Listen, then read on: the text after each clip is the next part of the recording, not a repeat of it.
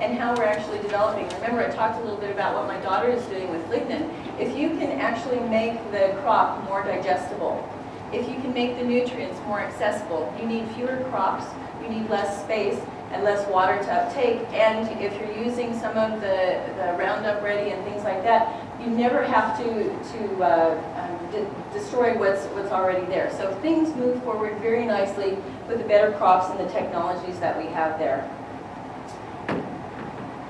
I would ask you what all these things have in common in terms of sustainability for a dairy.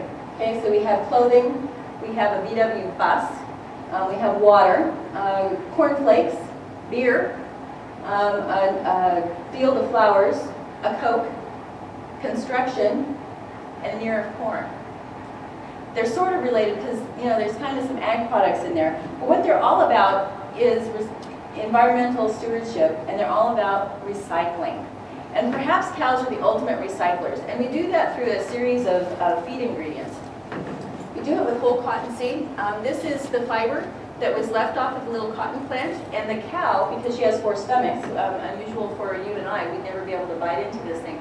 This little black seed is full of all sorts of energy and nutrition, and she's actually able to break that and open it up and get to that little nugget of energy that you and I couldn't because of the stomach system that she has. So something that used to be put into landfills and burned is now something that a cow is able to use and turn into something wonderful, wholesome, nutritious milk for us. And again, we're able to do this because we understand the components that are in there, and we use nutritionists to help us find those components and unlock them.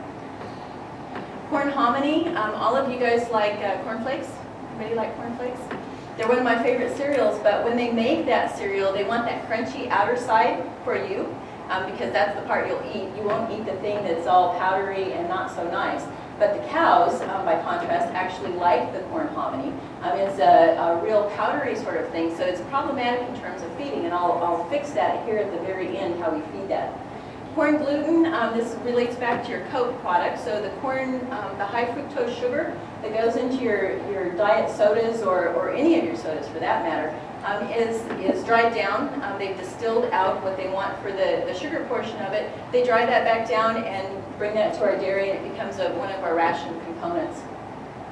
Dried distiller's grain, so this is our little VW and the fuel that we use. We're into ethanol now, and with ethanol production, we're going to make a lot of alcohol-type fuel, but it takes a mash, and with that mash, they've siphoned off all of the alcohol or the fuel that they're going to use. They're going to sell that, but they're left with this mash, this hops sort of a thing, and so they dry that down, and it comes to our dairy. So again, we can store it for a long period of time, or at least long enough to get it to the dairy and feed it to the cows. And then what we mix it all together with is brewer's grain. So this is where the beer comes in. Anheuser-Busch is actually where all of our stuff comes from. So they've made the beer, and they do it 24/7, 365 here in Colorado, and they bring us the leftover hops. Now they've taken all the alcohol off because, again, this is the thing that they're selling. So they're making sure that there's no alcohol, so we're not feeding alcohol to the cows. That comes back, and we mix it because it's really moist, it's real mushy. And we mix that with all of those powdery other ingredients that I talked about, and it makes it into a lovely cake for the cow. And I think of this like a moist brownie, and the cows just absolutely eat it up. They enjoy those components all mixed together. So here you have something that is being produced, milk, from something that eventually could have been environmental hazards, and we've turned it into something wonderful, and we've kept our environment clean. So there's a use for a whole bunch of things as we're going through here. And certainly manure is a huge component of our recycling scheme.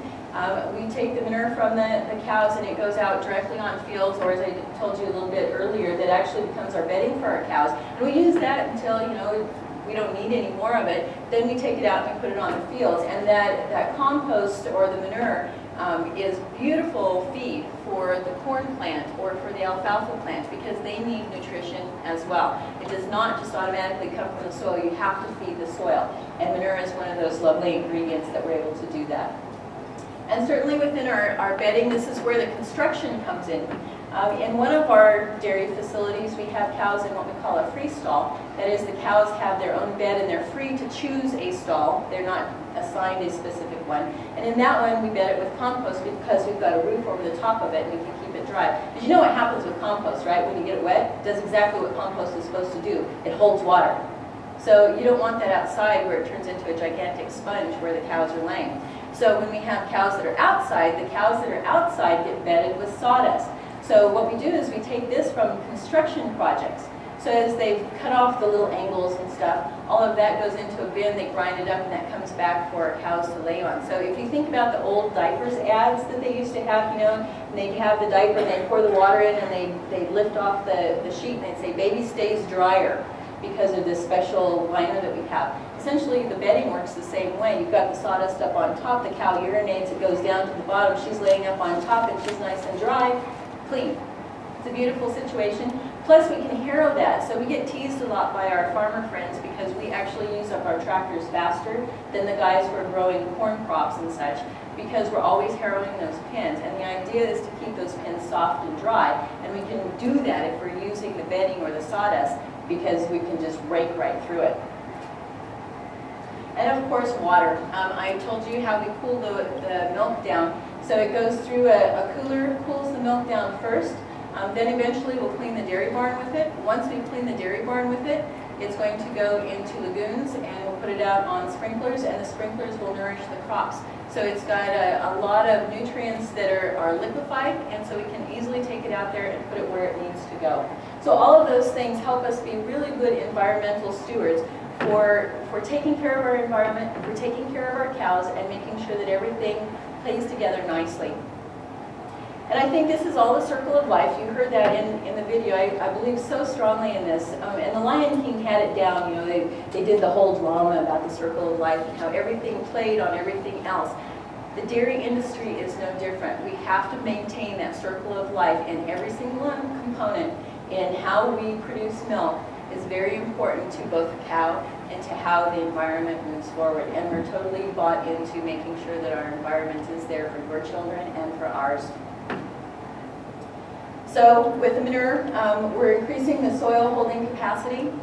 With the field, we're growing those beautiful crops, beautiful nitrogen uptake, and the crop actually begins to purify any of that water that we put in there. So as the plant respirates, the water that goes out is clean, and any of the water that filters through the ground is clean as it goes on down. And ultimately, the crops are going to come back to the cow to feed her and take care of her nutritional needs.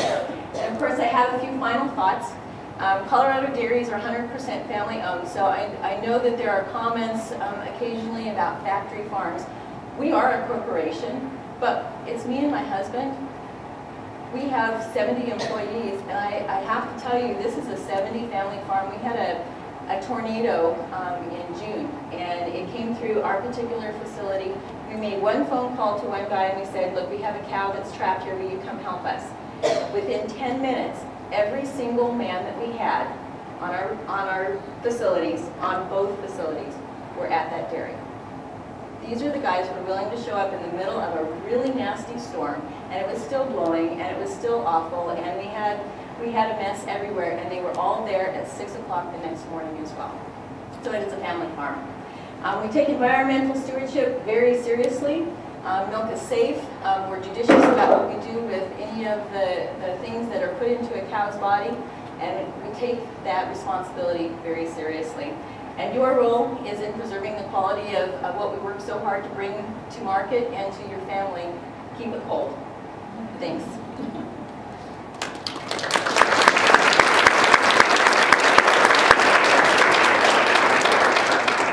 So I'd be happy to take some questions if I've stirred any thoughts in anyone, clarify anything that I left cloudy. Yes? How long does a dairy? How long is a dairy cow's productive life? I'm going to tell you that that's exactly the same as a human. It depends. Genetics make a huge difference in it.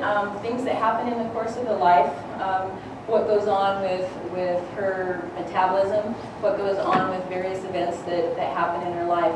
I have some 14 and 15-year-old cows that are still going strong, and you know, one of the lovely things is because of the way that we manage with the computer